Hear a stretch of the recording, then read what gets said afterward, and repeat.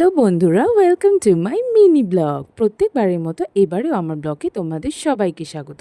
তোমরা নিশ্চয়ই ভিডিওর প্রথমেই দেখে ভাবছো যে শ্রেয়া এরকম সাজুগুজু করছে কেন। তার কারণ হচ্ছে যেহেতু কালকে ছুটির দিন ছিল আর আমি আর সমৃদ্ধ একটু চড়তে বেরিয়ে পড়েছিলাম, মানে ঘুরতে। তো যাই হোক, প্রথমে আমি গেছিলাম ডাক্তারখানাতে।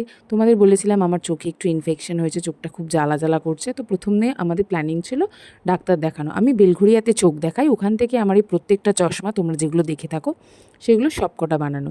তো যাই হোক, দেখো যথারীতি আমরা এখানে কথা বলতে বলতে বেলঘড়িয়া পৌঁছেও গেলাম। এই যে ছিল আমার ডাক্তার দেখানোর জায়গা, এখানে আমি ডাক্তার দেখাই। ডাক্তার সেরকম কিছু বলেনি, বলেছে ওয়েদার চেঞ্জের জন্য একটু ইনফেকশন হয়েছে, দুটো ড্রপ দিয়েছে।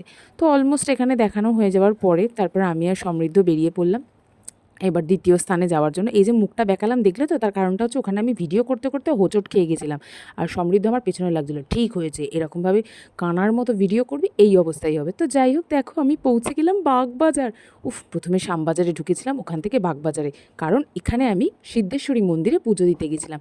আর রাস্তায় দেখা হয়ে গেছিলো আমার ফ্যামিলি মেম্বারদের সামনে, মানে আমার বাপের বাড়ির লোকজন, আমার মামি, আমার এক বান্ধবী।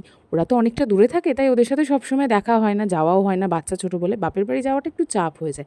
তো যাই হোক, দেখো এখানে ফল মালা টালা একটুখানি কিনে, এই যে আমার সিদ্ধেশ্বরী মা, সেখানে গিয়ে আমি অনেক দিন বাদে পুজো দিলাম, মনটা একদম ভরে গেল। আমি আমার শাশুড়ি মায়ের জন্য পুজো দিয়েছিলাম। তো যাই হোক, তারপর পুজো টুজো দিয়ে সমৃদ্ধ প্ল্যান করলো চলো তাহলে এবার বাগুইঘাটি যাই, মানে হচ্ছে আমার মামা শ্বশুরের বাড়িতে। ওখানে আমার এক দিদি শাশুড়ি মা আছেন, যিনি একটু বয়স্ক। তো যাই হোক, এই যে দেখো এখানে আমি পৌঁছেও গেছি। রাস্তায় অনেকগুলো ক্লিপ নেওয়া হয়নি, কারণ প্রচুর ভিড় ছিল। এই যে আমার ইনি দিদি শাশুড়ি মা, আর আগে যেটা দেখলে সেটা হচ্ছে আমার মামি শাশুড়ি মা, বড় মামা আর আমার ভাইয়েরা। আর ইনি হচ্ছেন আমার আর এক বেস্ট ফ্রেন্ড ছোটো মা, যার কথা তোমাদের বলেছিলাম। তো যাই হোক, ওখানে গিয়ে ঘুরলাম ফিরলাম, একটু খাওয়া দাওয়া করলাম, তারপরে বাড়ি যাওয়ারও সময় হয়ে গেছিলো। বাড়িতে রুহিকে রেখে এসেছিলাম। এই ছিল আমার ছোট্টখাট্ট মিনি ব্লগ আর সারাদিনের ঘোরা। চলো আজকের মতো এখানে টাটা, আবার আসবো তোমাদের সাথে নেক্সট ভিডিওয় নতুন ব্লগ।